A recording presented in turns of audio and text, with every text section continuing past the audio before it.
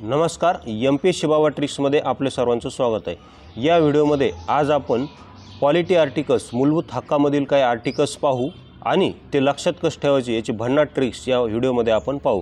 कारण आपण संपूर्ण आर्टिकल्सची ट्रिक्स एक पीडीएफ बनवलेली। हे बघा, यामध्ये आपण अशी आर्टिकल्सची ट्रिक्स आहे, त्याच्यात संपूर्ण आर्टिकल्स 1 पासून 368 पर्यंत संपूर्ण आर्टिकल्सची ट्रिक्स आहे। ही जर तुम्हाला पेड पीडीएफ हवी असेल तर या नंबरवर संपर्क करून तुम्ही पेड पीडीएफ परचेस करू शकता। आता मी तुम्हाला अगोदर प्रश्न दाखवतो आणि आपण याला कसं लक्षात ठेवायचं त्याची ट्रिक्स आपण पीडीएफमध्ये बनवलेली। ती पीडीएफची तुम्हाला ट्रिक्स पण मी दाखवतो। तर पहा, अनुच्छेद 17 म्हणजेच कलम 17 काय तर कलम 17 आहे अस्पृश्यतेचे निर्मूलन करणे आणि कुठल्याही स्वरूपात अस्पृश्यता जर पाळली तर ते दंडनीय अपराध ठरू शकतो। म्हणजे कलम 17 अस्पृश्यता बंदी आहे एवढं आपल्याला लक्षात ठेवायचे। तर हे योग्य विधान ओळखायला आलं होतं, तर हे ए विधान योग्य आहे, तसेच बी पण काय योग्य आहे, त्यामुळे इथे दोन्ही विधान योग्य आहे। तर आता ह्या बीवरून आपल्याला म्हणजे हे कायदा 55ला झाला होता, तर कायदा 55ला झाला होता आणि त्या कायद्यामध्ये आता बाकी कायद्यावरून आपल्याला म्हणजे इथं PSI मेन्स वगैरे परत SRD राज्यसेवा तिथं हे कायदे विचारू शकतात आपल्याला जास्त इथं। आणि ही फॉरेस्ट मेन होतं तर एक ठीक आहे विचारलं होतं, बाकी ठिकाणी हे जास्त विचारलं जात नाही। तर आपल्याला महत्त्वाचं काय तर इथं कलम महत्त्वाचं आहे, इथं ए सेंटेन्स आपल्यासाठी महत्त्वाचं आहे कारण त्याची ट्रिक्स आता मी तुम्हाला दाखवतो। तर बघा, आपण आपली जी पेड पीडीएफ आहे त्यामध्ये ट्रिक्स काय 17ची ट्रिक्स काय केलेली आहे पहा। तर 17ची ट्रिक्स आहे अस्पृश्यता नष्ट करणे। 17ची कलम 17 काय अस्पृश्यता नष्ट करणे। तर त्याची ट्रिक्स काय केलेली आहे आपण, तर त्याची ट्रिक्स अशी आहे की भारतात सर्वात प्रथम सातारा जिल्ह्यात अस्पृश्यता बंदी झाली अशी आपण ट्रिक्स केलेली। आपली ही जी पेड पीडीएफ आहे ही या नंबरवर तुम्हाला संपर्क करून मिळेल ती पेड पीडीएफ। तर ह्या पेड पीडीएफमध्ये आपण ट्रिक्स काय केलेली पहा की भारतात सर्वात प्रथम सातारा जिल्ह्यात अस्पृश्यता बंदी झाली। कोणत्या जिल्ह्यात अस्पृश्यता बंदी झाली तर सातारा जिल्ह्यात अस्पृश्यता बंदी झाली। मग तुम्ही म्हणाल साताराच का म्हणला तू, इतर का नाही घेतलं? त्याचं कारण असं आहे की सातारा 17 हे पाहू शकता तुम्ही इथे सातारा 17 या दोन शब्दाचा इथं काय होतो तर दोन शब्दाचा इथे यमक जुळतो। सातारा 17 या दोन शब्दाचा काय होतो इथे यमक जुळतो, म्हणून आपण सातारा इथे घेतलेलं आहे सर्वात प्रथम। मग आता तुम्ही समजा तुम्ही तुमच्या मित्रांसोबत डिस्कशन करत आहेत पॉलिटी आर्टिकल्सवर किंवा मूलभूत हक्काच्या आर्टिकल्सवर तुम्ही डिस्कशन करत आहेत की ते म्हणला सांग बरं अस्पृश्यता बंदी हे कोणतं कलम आहे, अस्पृश्यता बंदीचे कोणते कलम म्हणजे कोणत्या कलमानुसार घटनेमध्ये अस्पृश्यता बंदी केलेली आहे असं कोणतं कलम आहे।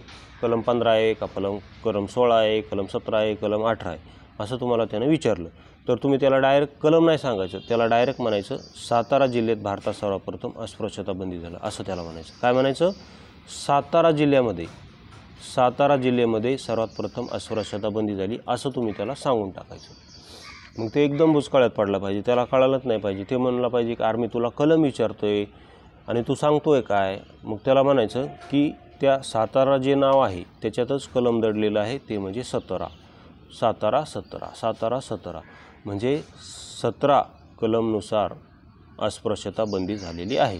तर अशी आपली ही ट्रिक्स आहे। त्यानंतर कलम 18 पण पाहून घेऊ आपण, याच्यावर पण प्रश्न आलेला आहे। तर कलम 18 काय पदव्या नष्ट करणे। कलम 18 काय आहे तर कलम 18 आहे पदव्या नष्ट करणे। काय नष्ट करणे? पदव्या नष्ट करणे।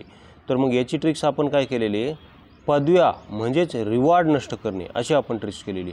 कारण पदव्यांनाच इंग्रजीमध्ये काय म्हणतात रिवॉर्ड म्हणतात, बरोबर आहे का नाही? पदव्यांनाच इंग्रजीमध्ये काय म्हणतात रिवॉर्ड म्हणतात। मग रिवॉर्डचा R हा 18 नंबरला येतो। मग मी रिवॉर्ड रद्द करणे असं का म्हणलं त्याचं कारण असं आहे की ABCDनुसार तुम्ही R पर्यंत गेलात, असं ABCDनुसार R पर्यंत जर म्हणत गेलात तर R हा ABCDनुसार 18 नंबरला येतो। किती नंबरला येतो? 18 नंबरला येतो।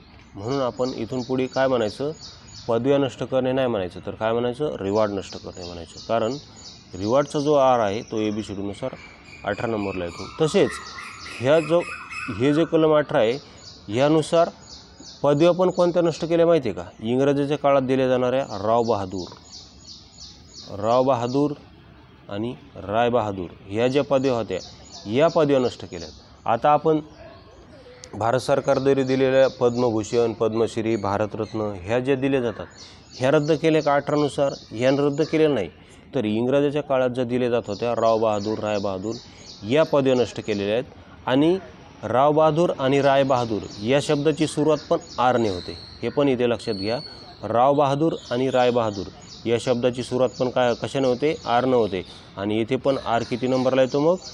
तर 18 नंबरला येतो. म्हणून आता 18 तुमच्या परफेक्ट लक्षात राहिलेलं असेल अशी मी आशा करतो. ओके, अशा आपल्या, कारण आपण असे एकदम खतरनाक ट्रिक्स केलेले आहेत ज्यामध्ये विशेष नाही, अवघा आपल्याकडे पांचट माल नसतो.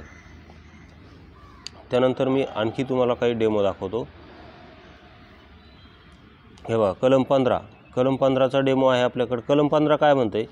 हे बघा इथं काय म्हणते की भारतीय राज्यघटनेतील खालील कोणत्या कलमाचा अर्थ असा होतो की सार्वजनिक ठिकाणी नागरिकांसाठी खुली आहेत. सार्वजनिक ठिकाणीही नागरिकांसाठी खुली आहेत म्हणजे याचाच अर्थ सार्वजनिक ठिकाणी भेदभाव पाळली जाणार नाही. सार्वजनिक ठिकाणी कुठल्याही नागरिकास भेदभाव केला जाणार नाही. तर याचं कलम आहे 15(2). आणि आता याची ट्रिक्स दाखवतो. तर याची ट्रिक्स पहा. तर याची ट्रिक्स आहे कलम 15ची ट्रिक्स आपल्या जी पेड PDF आहे यामध्ये कलम 15ची ट्रिक्स काय केलेली आपण. तर कलम 15ची ट्रिक्स आहे ध्वजालिंजे.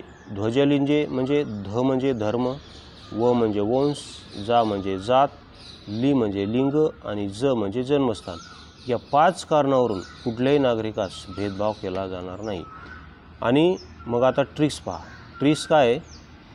ट्रिक्स अशी आहे की या 5 कारणावरून पंढरपूर मंदिरात विठ्ठलाचे दर्शन घेण्यासाठी भेदभाव केला जाणार नाही अशी आपली ट्रिक्स आहे आपल्या पेड PDF मध्ये.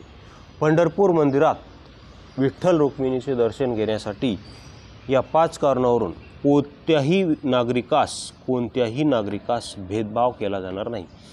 मग तुम्हाला पंढरपूरच का घेतलं?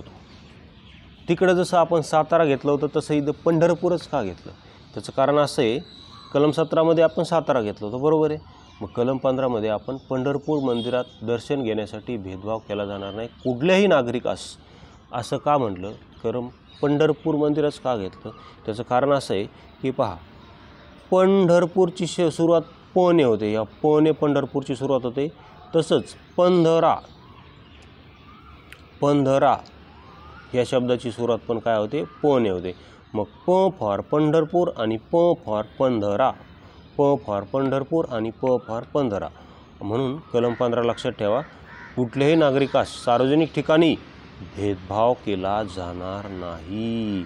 आणि पंढरपूर मंदिर काय आहे? एक सार्वजनिक ठिकाण आहे. ओके, म्हणून कलम 15 आता इथून पुढे तुम्ही तुमच्या मित्राला विचारा, डायरेक्ट सांग, कुठल्याही नागरिकास भेदभाव केला जाणार नाही.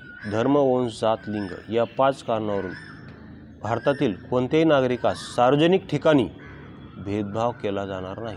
असं कलम कोणतं आहे? तर त्याला डायरेक्ट सांगायचं. तुम्ही किंवा तुमच्या मित्रांनी तुम्हाला असं विचारलं तर त्याला डायरेक्ट सांगायचं, भारतामध्ये असं एकमेव ठिकाण आहे जे म्हणजे पंढरपूर मंदिर.